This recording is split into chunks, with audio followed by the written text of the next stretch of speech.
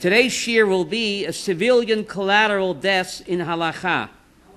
Civilian collateral deaths in Halacha. What does Allah have to say about civilian collateral deaths, the Gaza civilians that are being killed? What's called collateral damage, I think it's called. The New York Times calls it collateral damage. When we bomb a building, and we went after Muhammad Daif, and we also killed his wife and baby. What would the halacha say about that? Right? The collateral damage. What would the halacha say about that?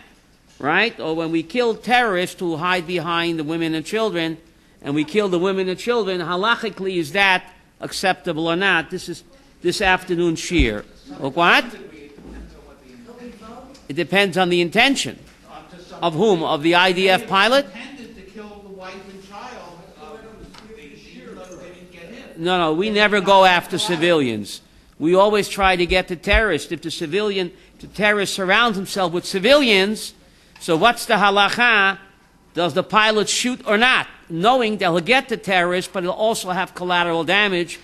Should he shoot or not? Knowing he'll kill innocent civilians. What? We're talking about a war. We're talking about the Gaza war. We're going to talk about it. Beg your pardon, yes. Before we start the shir, what's the definition of a Jewish telegram? Liz, you remember a telegram? Remember those? That was the first line of the before there was email, before there was what? There was telegram. What's the definition of a Jewish telegram? Stop worrying. Start worrying, details to follow. Okay, a Jewish telegram. Start worrying, details to follow, okay? Okay, the joke of the week, okay. What me worry, right? So anyway, let's take a look, and throughout Halacha, what Allah has to say about collateral damage. The innocent civilians get killed in a war. Is that halachically acceptable? So let's go back to Makat Bechorot. Let's see what the boss did himself. Makat Bechorot, right? The Torah tells us that every firstborn in Egypt, from the firstborn of Pharaoh who sits on the throne until the firstborn of the slave girl in the dungeon, also gets killed.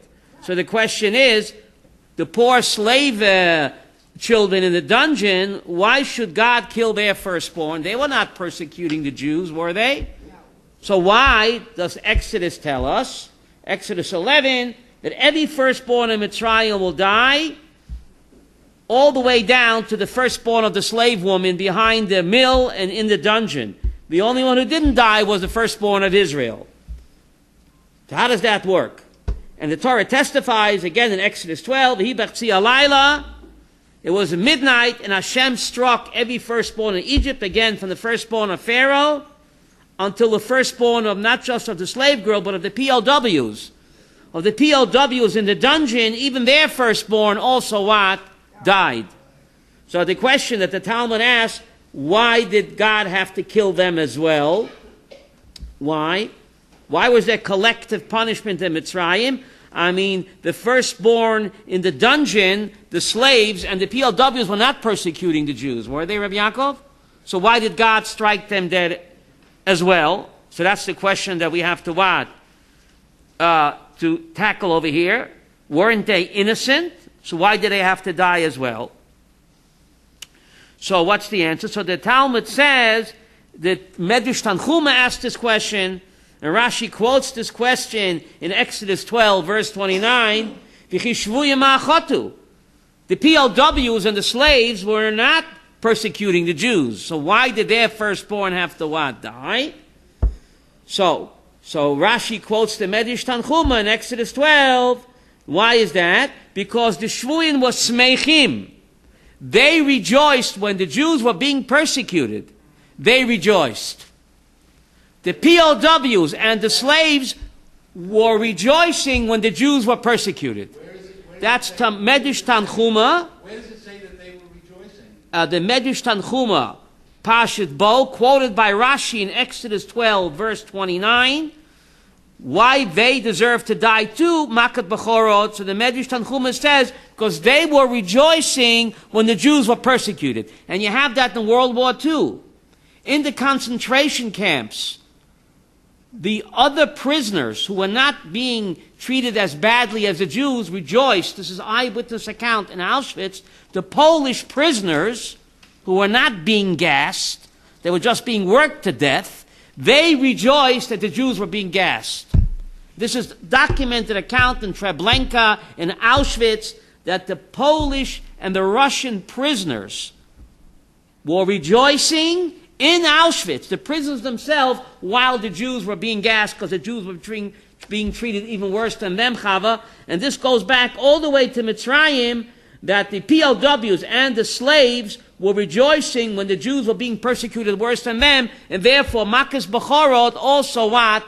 Struck them as well, according to Medrash Tanchuma, quoted by Rashi, Exodus 12, Pasuk 29. So these examples were not really collateral damage at all. This is collective punishment, because when you rejoice, this is different now, right, Chava? Here you have the mitzvahim were rejoicing, even those who were not persecuting the Yidden, they were in no position to, being POWs in the dungeon, they were rejoicing at the downfall of the Jews, so they also deserve to be what? Punished. Yes? So the people Right. at the PLO, the people in Gaza, They rejoice. They give out candies, right? They give out candies. When the 4-year-old boy was murdered, Erev Shabbos, a 4-year-old innocent boy, Daniel Tregeman, Is it Tregeman? Tregeman never. They were handing out candies in Gaza. Our peace partners were handing out. Then they were being punished, not for collateral damage. Okay, They so were guilty. they were okay. They were guilty. So here you have a precedent going back to Mitzrayim, where God punished even the firstborn who were not persecuting the Yidden, because they were rejoicing at the persecution of Am Yisrael. That's the first source. Source number 2, we have of collective punishment or collateral damage when Shimon and Levi, when Shechem kidnapped and raped Dinah. Right? Shimon and Levi, what did they do? They didn't just kill Shechem, but they wiped out the whole city. Were they justified in doing that? It seems to be collective punishment, okay? Because only Shechem was the one who kidnapped and raped Dinah, right? And the rest of them, seems that they were not guilty. Why was Shimon and Levi justified in killing out the whole city of Shechem? So this question is debated by the Rishonim.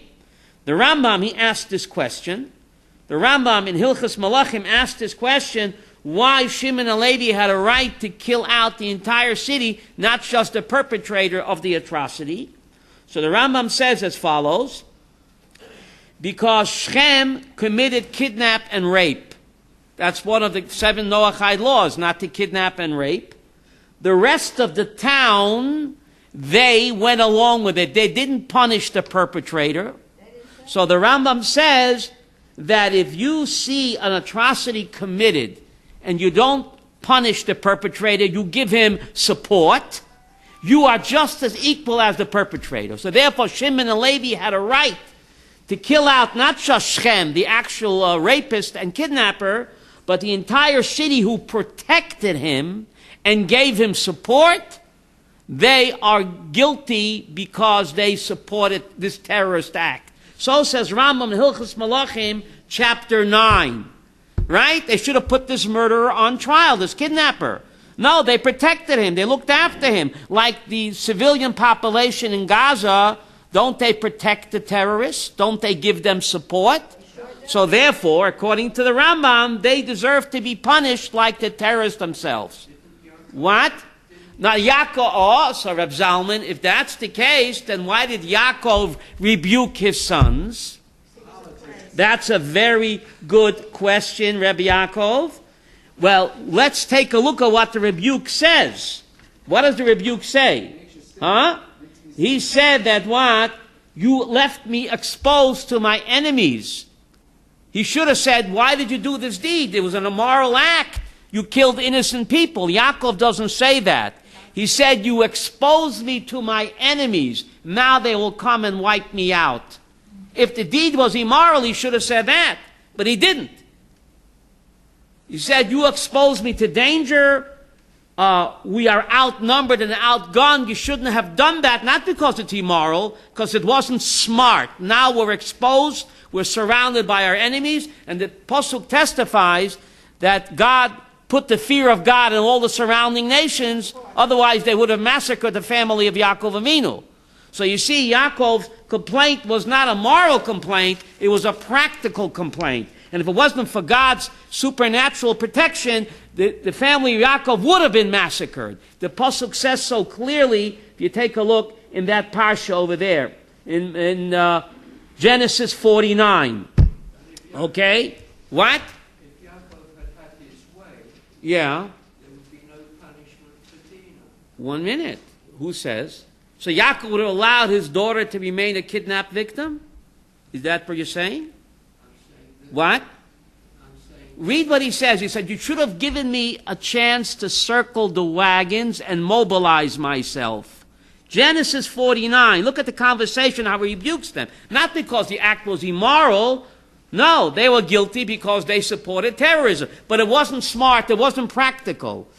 What good is it if now we're surrounded by so many enemies and they'll come and wipe me out?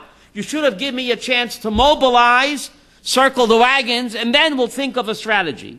But they said, Dad, we can't wait. There's no time to lose.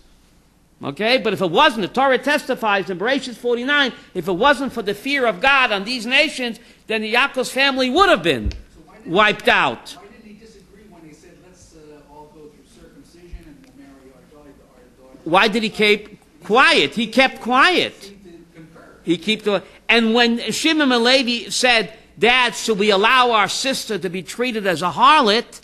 He doesn't answer, right, Sharona? We know in Halacha, shtika kahaida'a. If someone gives you an argument and you don't answer back, halachically it means what, Michael? Shtika kahaida'a. That's a halachic principle. Yaakov didn't answer their counter-argument. That means halachically he what? Accepted their argument. Okay? Can I say something? Yes. Okay. Fire away. Okay. Before Dr. Goldstein killed those Arabs, Right. Barak Makpela, Nachon. I happened to be there. Right. Okay, the Jews were getting massacred on the roads. Right. A friend of mine who lives there said after that happened, was quiet for 2 years. But Dr. Goldstein, he treated many of these victims of terrorism. And then he snapped. He saw that terrorists were running free and the police were not doing anything.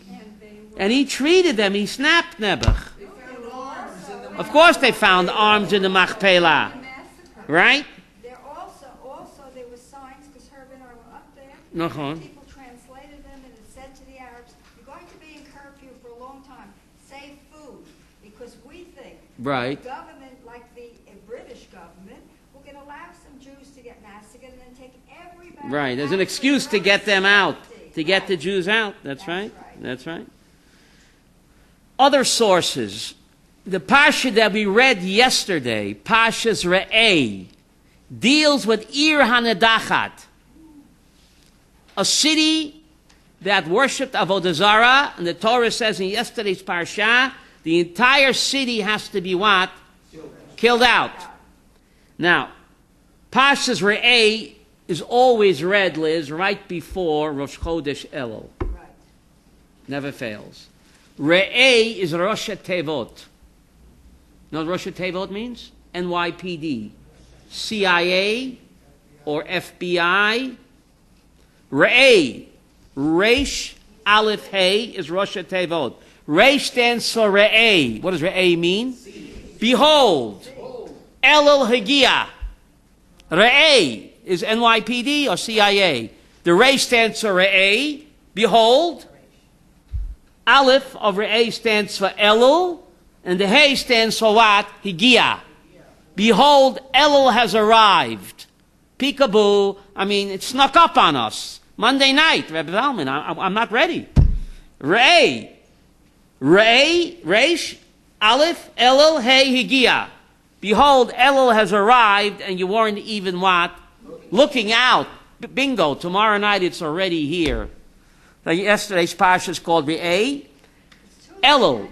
Monday night. Don't mix me up, please. Monday night. It's Monday night is Rosh Chodesh Elul. It's 2 days, Tuesday and Wednesday. Now, what does Elul mean? Everybody knows Elul is a Rosh Tevot, NYPD. You're not from New York. You know what NYPD means? New York Police Department, you know. CIA, you know, right? FBI. So everybody knows Elul is Rosh Tevot. Ani ledodi, v'dodi li. It's a pasuk in Shir Hashirim. Ani ledodi, I am always praising my lover. V'dodi li, and my lover is what? Always praising me. It's a pasuk in Shir Hashirim. Elul is a time for the lovers to get what? So happy together. You know, during the year, God and us, we have like a lover's quarrel.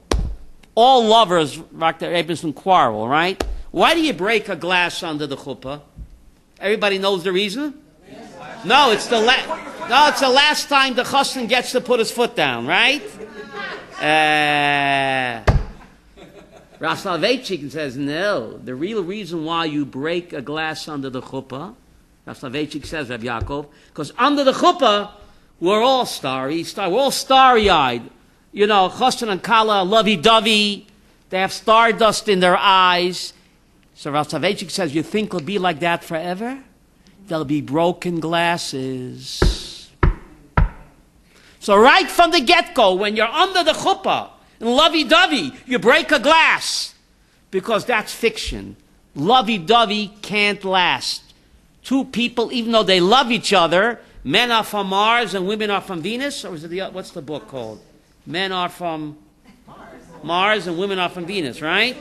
There's bound to be broken glasses. But if we love each other, you accent the positive and you don't focus on the negative, despite the broken glasses, right?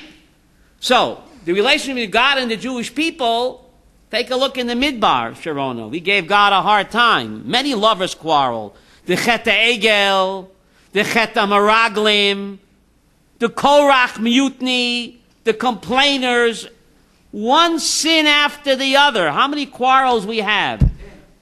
At least 10, right? God said 10 times. Yet, God tells the prophet Yirmiyahu, Zacharti la chesed norayich ahavas kelasoyich lechtech achrei bamidbar be'eretz lo zerua. God tells the prophet Yirmiyahu, I remember for you the chesed norayich, the loving kindness that the Jewish people displayed when you were my young kala. God says we did him a chesed, Rav Zalman. What kind of chesed did we do for God? When we were his young kala, lechtech achrei bamidbar. You followed me in the desert, be'eretz lo zerua. Right? You didn't ask, where are you taking me? There's no Motel 6 out there. No 7-Elevens.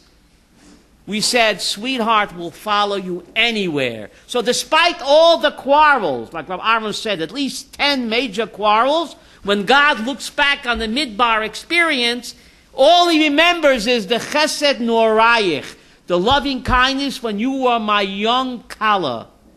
But what about all the quarrels? What about all the broken glasses? All God remembers is our lovey-dovey? Liz, why? Because when you love each other, you accent the positive despite the negative. What do you focus on?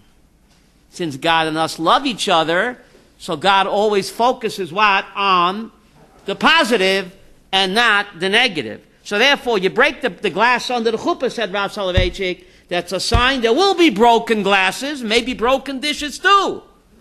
But since we love each other, we'll get through the hard times. So Elul is all about what, Rabbi Yaakov? Patching up the lovers' quarrel between God and the Jewish people.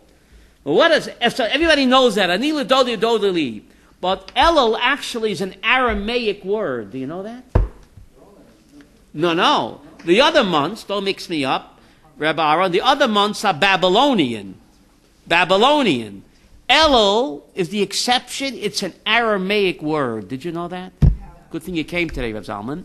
If you look in Pasha Shlach Lecha, it says Moshe sent the spies Latur Haaretz. Moshe sent the spies Latour. What does Latour mean? To tour the land, right?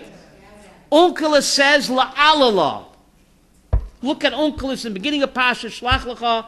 Vayishlach oto Moshe Latour at the Aretz. It says Onkelos Latour La'alala. La'alala in Aramaic means to investigate, to search out all the nooks and crannies, to examine.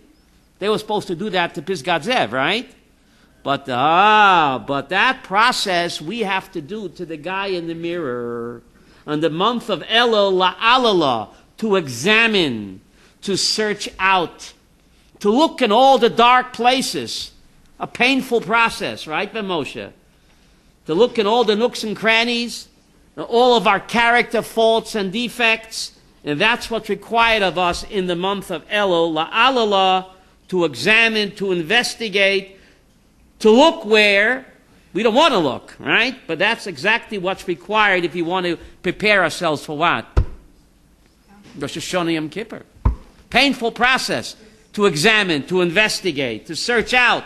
What they're supposed to do to the land, the spies, we're supposed to do to the guy in the mirror. Okay, so Pashas Re'eh, yesterday we read the Parsha of Ir HaNadachat.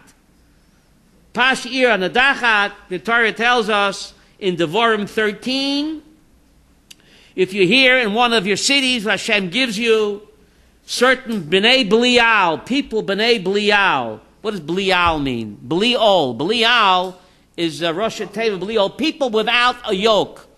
Boors, you would say boors. They went out and they seduced the city in Israel, and they said, let's go and worship what? Elohim HaCherim. Elohim HaCherim. By the way, in yesterday's reading, it says, Ki yisitcha achicha ben imecha. When your brother Jew, the son of your mother, will seduce you away from your religion, then you have to stone him with stones. Says the Rambam Chaim Vital, it is Rabbi Yaakov. It's a strange language. Should have said, when your brother Jew seduces you away from your religion, stone him with stones. Why do you have to add ben imecha? Your brother Jew who seduces you, ben imecha. What does ben imecha mean? The son of your mother. That's a strange, bizarre language. Says Reb Chaim Vital, the Talmud of the Ari, it's referring to J.C. Penney. Because J.C. Penney, they claimed he had no father. So when your brother Jew, the son of your mother, will seduce you away from your religion, you shall what? Stone him and execute him. So therefore, since the Torah says ben imecha, what does that mean? The son of your mother. Your brother Jew seduced you. Why do you have to add the son of your mother? So Chaim Vital and the Rambam both say that it's referring to Yoshka, because Yoshka claimed, or they claimed about him, that he only had a mother. Hello, mother. Hello, father. He had no father, they said. It was immaculate conception. That's what they said about him. So therefore, the Torah is already predicting there'll be a guy like J.C. Penney. Don't fall for his shtick. He has to be executed by what? Stoning. By stoning. Okay? Now, if you look in the uncensored version of the Talmud Sanhedrin 43, Steinsaltz edition, it says that the Sanhedrin executed Yoshke for being a Mesis of Mediach. In next week's Pasha, Pasha's Kitetse, in 2 weeks, it says that all stoning victims are hung up, Onkelos says, al tzaliva. You know what tzaliva means? On the cross. Look at Onkelos in Pasha's Kitetse. Right before Sheni, it says that all stoning victims, for talita oto alo eitz, the dead body shall be hung up alo eitz, says Onkelos al tzaliva. Isn't that incredible? Stoning victims in Jewish law, after they were dead, were hung up in the tzaliva position and then taken down before sunset. And taken down before sunset. So it's incredible. The uncensored version of Tractate Sanhedrin 43, Reb Zalman, you got to get a Steinsaltz edition, says that the Jewish court executed him and then put him up in the tzaliva position. And we never hung up a live person, but it's amazing that the other editions of the Talmud have censored it out. You won't find it in the Art Scroll, okay? But you will find it in Steinsaltz Hebrew edition of the Talmud, Mem Gimel Amud Aleph Sanhedrin. Don't tell this to the Pope. Because the Vatican, they only get the Art Scroll. You know the best customers of Art Scroll is? Not a joke. The Vatican. The Vatican is the best customers of Art Scroll. It's not a joke. They order them in dozens. But anyway, therefore it's a good thing Art Scroll doesn't have that. It's been taken out. But according to, and the Rambam, the uncensored version in the Rambam, Hilchos Malachim, chapter 11, again, the uncensored version, concurs with this Talmud Sanhedrin 43, that the Jewish court put him to death for being a Mesis Umediach. And that punishment is skila, and then the dead body is hung up al tzaliva. Mesis Umediach means an insider, a seducer, against the religion, yes? I wanted to say that I have learned yes. that the Beis Din never actually killed anybody. They gave him over to the Romans. It's a good thing you came today. You see, Malka, it's a good thing you came today. You see that? There are many exceptions. Well, I'm telling you, look in the Sun. That's in the censored version. The uncensored version, Sanhedrin 43a, Steinsaltz edition, says that the Jewish court executed him for being a Mesis Mediach, and all executed victims by stoning were hung up al saliva for a short time until sunset, and then taken down. Yes? Remember when the Catholic Church did where they took the Jews off of the responsibility of... Yes, so don't publicize it, Shirley. It's between me and you. Don't let the cat out of the bag. I hope they don't. I hope they don't. But anyway, let's get back to the Ir Hanedachat. Because a person seduces you away and says, let's go worship Avodah Zarah, the city of Ir Hanedachat. Right? So the whole city has to be destroyed by the edge of the sword. Everybody. So there's a machlokes Tanoim in Tractate Sanhedrin, whether the whole city has to be destroyed, even the youngsters, or just the idol worshippers themselves. Yeah? The Rabbi Eliezer paskins that Nehargin, that everyone, even those people in the city, even the children, are executed by the sword. You hear? And the Rambam paskins like Rabbi Eliezer in Hilchos Avodah Zarah, chapter 4, Umakin es kol nefesh adam asher ba lefi chorev. The entire city has to be destroyed by the edge of the sword. Taf v'noshim. What does that mean? Taf v'noshim. Everybody have to be killed. Hilchos Avodah Zarah, chapter 4, that's how the Rambam rules. The question is why?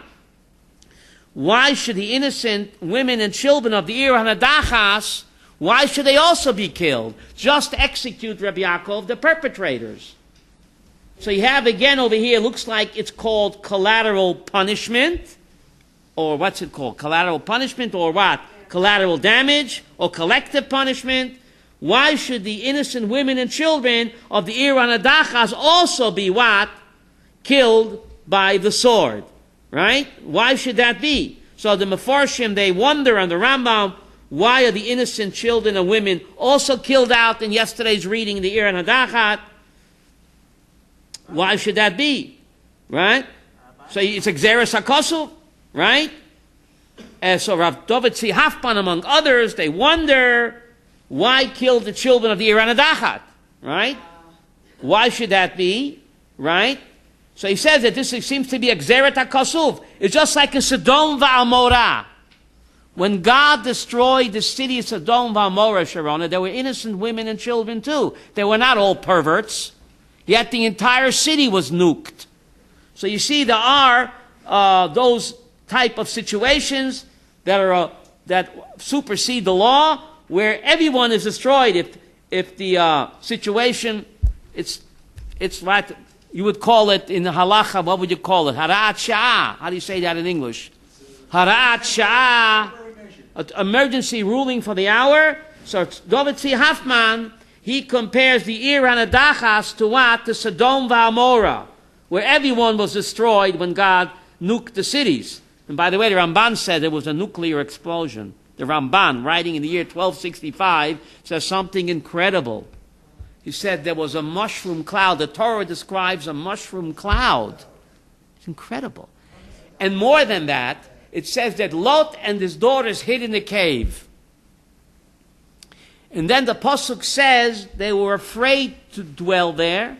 They were afraid to dwell in Tzoar. The Malach said, I will spare Tzoar, the suburb. The Malach said that. But then it says that Lot and his daughters were afraid to live in Tzoar. Why were they afraid? The Malach promised them that Tzoar, the suburb, would be protected. Didn't they? Beautiful. Who said that? Rivka. Says the Ramban. The Malach said, I won't nuke the city. But he said nothing about fallout. It's incredible. The fallout looks like radiation. So the radiation would get them in Tzoar, so therefore Lot had to skedaddle to what? To the mountains. So you see that the Ramban says it was a nuclear explosion and everyone was destroyed. So the Rav David Tzvi Hoffman, he compares the Ir HaNadachas to Sodom, Harat, Sha'ah. But where does that leave us? Where does that leave us with the people of Gaza, who there were innocent civilians who have been killed? How innocent are they when they give protection? And what's the word? Succor? Succor. Succor. Who's a succor? The succor to the terrorists. And they rejoice when the terrorists blow up Jews. Right? The mother of one of those terrorists that murdered the 3 boys, she went on Israel TV about a month ago or more, and she said she wishes her other children would also murder Jewish boys the same way, even though it means they'll be killed. So that's who we're dealing with. What kind of civilians are we dealing with that the civilians rejoice and encourage these terrorists, Rabbi Yaakov, to murder innocent Jewish children? A 4-year-old boy, Nebuch, Erev Shabbat, was murdered by a falling rocket. 4-year-old, and they rejoice and they hand out. When we kill innocent civilians, do we hand out candies, Rabbi Yaakov? Do we say chatzos? We beat our chest, we beat our breast. Oh, we're so sorry, and we are sorry. They, when they kill innocent children, Moshe, they hand out candies and they celebrate. So look at the difference between us and them. Huh? The difference between us and them. The Chafetz Chaim said something incredible. When Yishmael was born, the Malach said he'll be a Pera Adam. Now, if you take Ulpan 103, said Chafetz Chaim, I don't know if you took Ulpan, but Chafetz Chaim knew Hebrew. He said the proper Hebrew would say Adam Pere. He'll be a human being that's savage. But it says Pera Adam, says the Chafetz Chaim 100 years ago. By Yishmael, the Pere, the savage, comes before the human being. And don't we see it today, Evelyn? Yes. The savage, the Pere, comes before Adam. Even though in Hebrew you would say Adam Pere. Who are we dealing with? We're dealing with Hamas. They're just like ISIL, or ISIS or ice cream, whatever they're called, right? Those savages, bloodthirsty savages who butcher their own people. And they're happy about it. That's who we're dealing with. Yes, Chava? Well, has anybody in this room besides me ever been teased by goyish kids when you were a little kid? Yeah. But that's what he's talking about. Yeah. Where do these kids get these ideas to tease and torture little Jewish children that are in their classes in public school? Where do they get this from? They get them from their parents, and they get them from their society. Right. So they're not. So I've just basically proved that everyone in this room that's been victimized this way in any way, shape, or form has an idea that the children are also. I mean, brainwashed. The children are also guilty because they're perpetuating. Yitzchak Shamir. Your point was made by Yitzchak Shamir, the Prime Minister of Israel, 1991, I think. He said that the non-Jewish world, what's the word, imbibe their anti-Semitism with their mother's milk. It's so true. From the womb to the tomb. They're nursed on anti-Semitism. The Talmud says, Halacha b'yudua she'esav sonel Yaakov. Isn't that strange? Halacha? What's halacha? Halacha b'yudua, it is a halacha that Esav, the non-Jew, hates Yaakov. It's halacha. It's part of their DNA. It's part of their mother's milk that they imbibe. Is that the word imbibe? Yeah.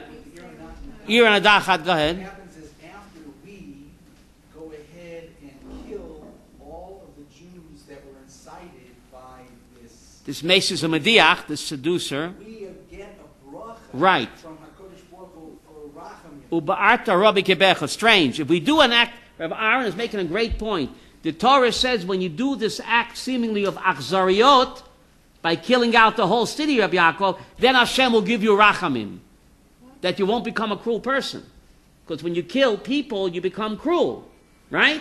So here Hashem is giving you a bracha. If you carry out the sentence of the Ir and Adachas, which looks cruel, Hashem will give you a bracha that you will not become a cruel person, you will become a rachamim person. Because when you destroy evil, you become a compassionate person. Right? The problem with the Obama administration is they can't define what's evil. Right? The whole world is what? Shades of gray. Right? Political correctness. They're so open-minded, Sharona, that their brains fall out. That's how open-minded they are. Right? When you destroy evil, you become a rachamim. The Talmud says, whoever shows mercy for the cruel will in the end be cruel to the merciful. And you see it. You see that. You see, right? The Maral Miprag also asked the question, if Shechem himself was the guilty party, why did Shimon and Levi kill out the whole city? So he also asked that question. So the Maral answers, because the family of Yaakov had a din like a nation. They were called Bnei Yisrael. So the Maral Miprag points out, when a nation is attacked, Rabbi Zalman, by another nation, Dresden in World War II, didn't the British bomb Dresden? Did they call up the people in the building and send them a warning first? Or drop leaflets? Dresden, Hamburg, when the Allies bombed, hundreds of thousands of women and children were incinerated. Why didn't the British Air Force, why didn't they drop leaflets and call up, oh please, Bavakasha, evacuate the building? Huh? So the Maral says it's amazing. When a nation attacks a nation, the other nation can retaliate, Connie, and there are no innocent civilians. So says the Maral. And you see that the Maral's opinion, Sharona, was accepted by the Allies during World War II. Hiroshima, Nagasaki, Dresden, Hamburg, right? Only the Jewish people have to fight a war with one hand tied behind their back, right, Aviva? Only the Jewish people like that, right? This colonel from the Afghanistan, the head of the British Army, said there was no more moral army than the IDF. It's unbelievable how the IDF takes precaution, puts their own soldiers in danger to protect enemy civilians. I agree with you, it's wrong. That's immoral. That's immoral. They put our boys in danger to protect enemy civilians. That's shtuyot. It's misplaced chesed. That's right. That's because they live behind their own security. That's why. Right? Yeah. Tell them to move the road. Tell them to move the In Afghanistan and Iraq, how many innocent civilians were killed by American bombs, Reb Zalman? Afghanistan and Iraq, did they call up the building and send a warning and a leaflets? They bombed them to kingdom come. George Bush and Obama in Afghanistan. Only the Jewish people have no right, surely, to protect themselves. Right? Right? The hypocrisy. The hypocrisy. A Jew is not allowed to defend himself. Right? Right? That's right. So you see, the Moral's opinion was accepted when a nation attacks a nation, he says. There are no innocent civilians. Connie, the Moral says, and therefore Shimon and Levi had a right to what? To kill out the whole city of Shechem. And you see that Moral's opinion was accepted in World War II. Only the Jewish people are not allowed to defend themselves properly. Now, What do we do about it now, Rabbi? okay, so let's take a look over here. Alan Dershowitz makes the point that I just made in his book called The Case for Israel, page 167. Alan Dershowitz is a great guy, you know. He says that the Allies bombed Germany without relenting, despite the killing of many innocent women and children, like in Dresden and Hamburg. So we see Dershowitz is telling us that he doesn't know the morale, but the morale, his opinion was accepted. His ruling was accepted, whether the Allies knew it or not, when they bombed innocent civilians as part of a military campaign against an aggressor nation, like Japan, Nagasaki, Hiroshima, and Dresden, Hamburg, the Allies. Now let me read you, Rivka, from the Case for Israel, page 167. He was the yeshiva brother. He went to Torah's Emes. He may know the morale, okay. He went to Torah's Emes, right, in Borough Park. That's where he grew up. This is the Case for Israel, Liz, page 167. And he says as follows, yeah. He says as follows, yeah. Although collective punishment is prohibited by international law, comma, it is widely practiced throughout the world, including the most democratic and liberty-minded countries. Indeed, says Alan Dershowitz in the Case for Israel, page 167, again, although collective punishment is prohibited by international law, it is widely practiced throughout the world, including the most democratic and liberty-minded countries. Indeed, he says, no system of international deterrence can be effective without reliance on collective punishment. This is the great liberal Alan Dershowitz writing. The American and British bombing of German cities punished the residents, women, and children of those cities. The atomic bombings of Hiroshima and Nagasaki killed hundreds of thousands of innocent Japanese women and children for the crimes of their leaders. The bombing of military targets kills civilians. That's the way of war. So says Alan Dershowitz. And the Americans know that, and the British know that, yet they have the chutzpah to criticize us, to be full of hypocrisy, right? To tie our hands, to not allow us to defend ourselves, to send our boys into booby traps, to protect the innocent civilians of what? Of their enemy. How innocent are they? They're not so innocent, right? And then they turn our fellow Yeah. Jews in the United States against us Right. and say, oh, you're killing too many Palestinians, I can't identify with you anymore. Nachon. Now, this is a case that was brought in front of the Supreme Court of Israel. Beis Mishpat Elyon. I'll read you the translation, Rabbi Yaakov. Okay? Consider, for instance, the following true life question. The Israel Air Force had located a very dangerous terrorist leader, and they had opportunity to eliminate him. The terrorist noticed the Israeli threat, and then he grabbed a woman and child as a protective shield. The question was whether to bomb the terrorist in the presence of non-combatants or what? What? But they don't do that, right? So this is from the High Court of Israel.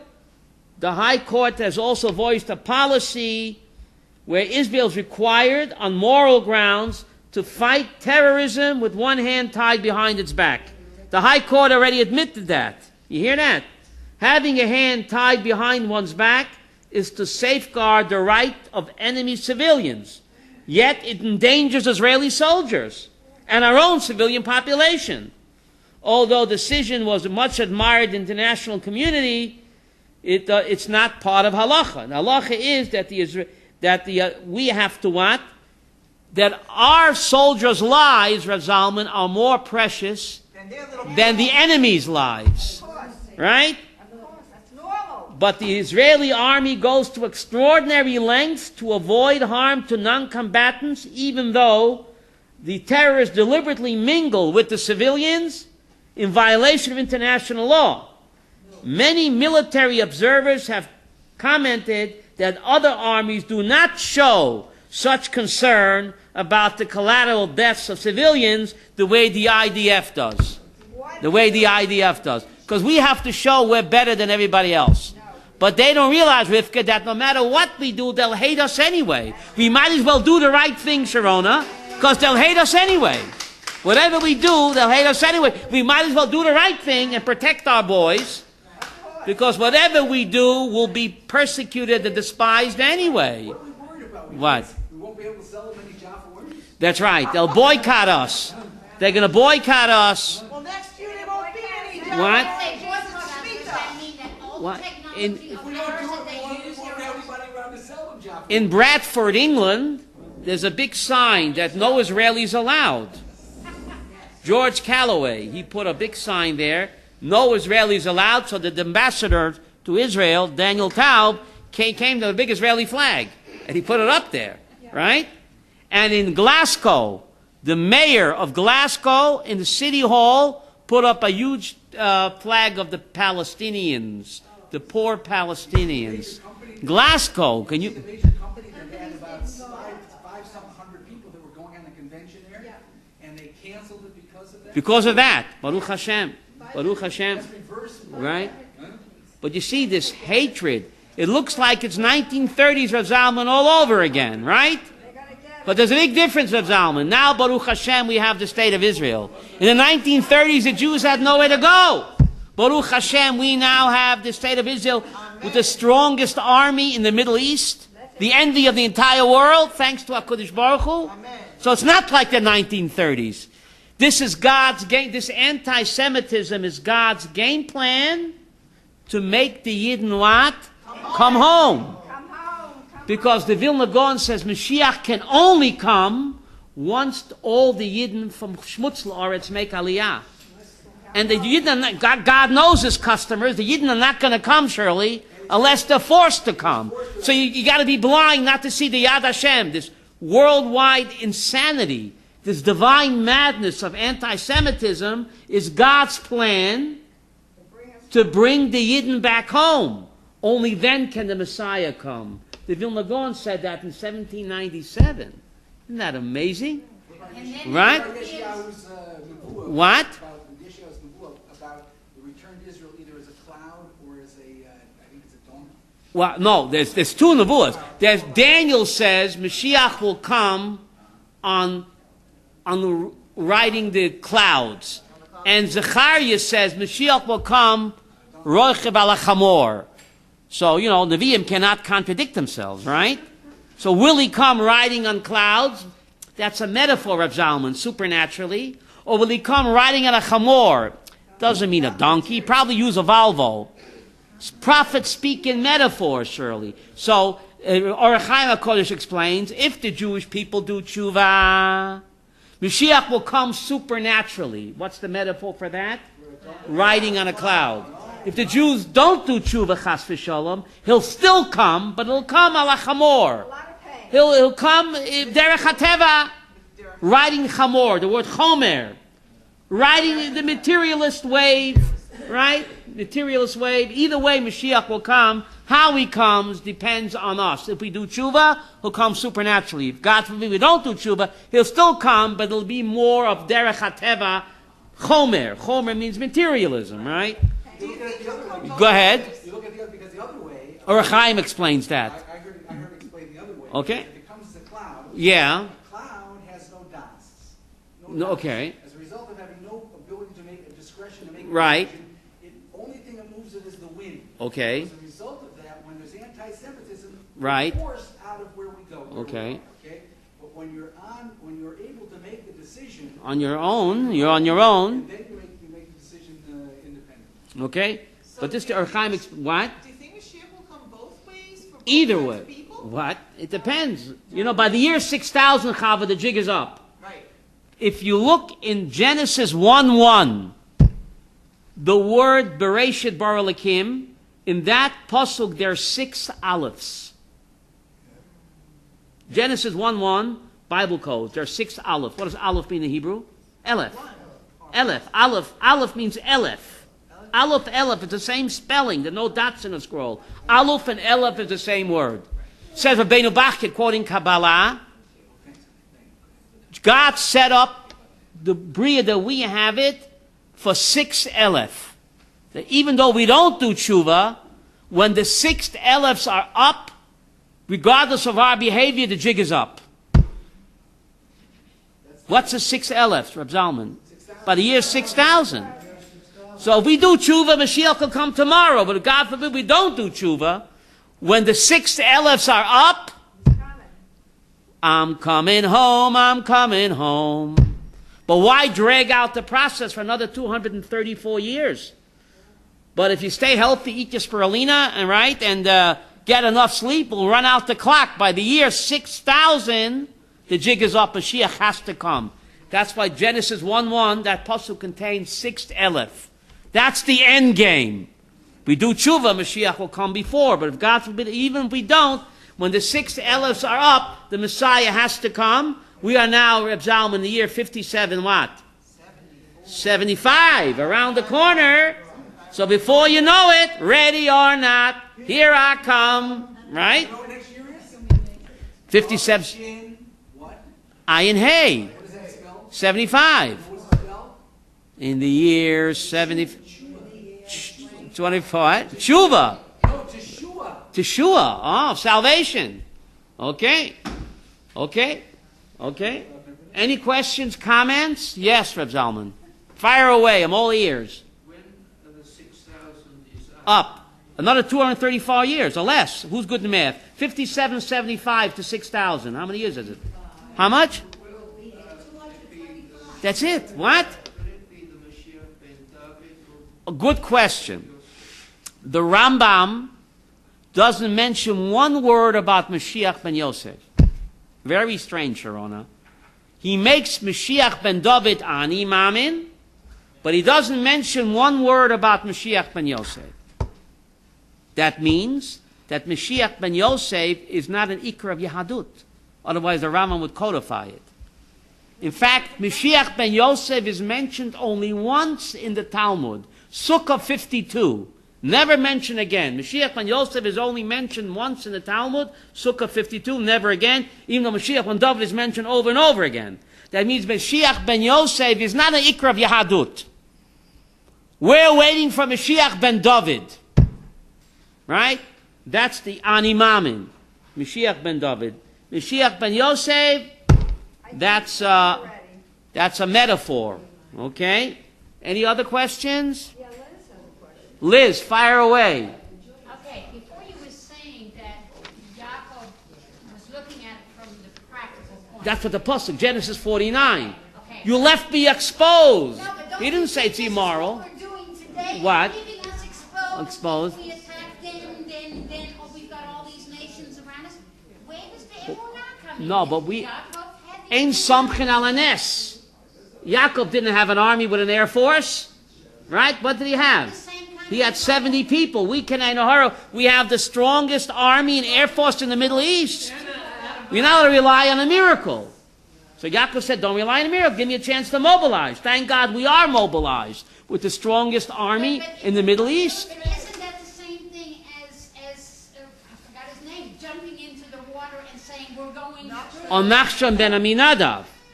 I mean, all these things, sometimes you just have to have that moment where you're saying, to hell. So now you opened up, Liz, you opened up a whole Pandora's box for a different shear.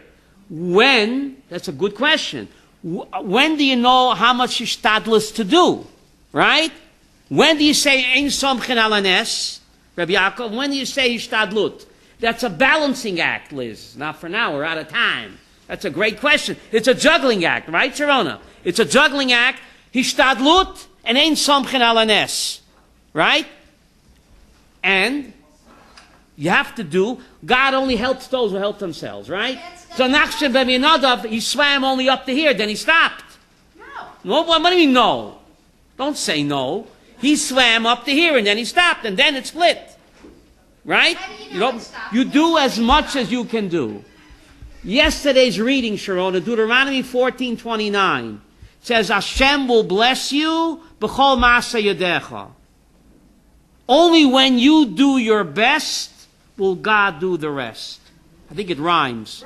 Right? When you do your best, God will do the rest. Okay? So it's a balancing act between us and God. We have to push the buttons and He does it, but we have to push the buttons. Thank you very much.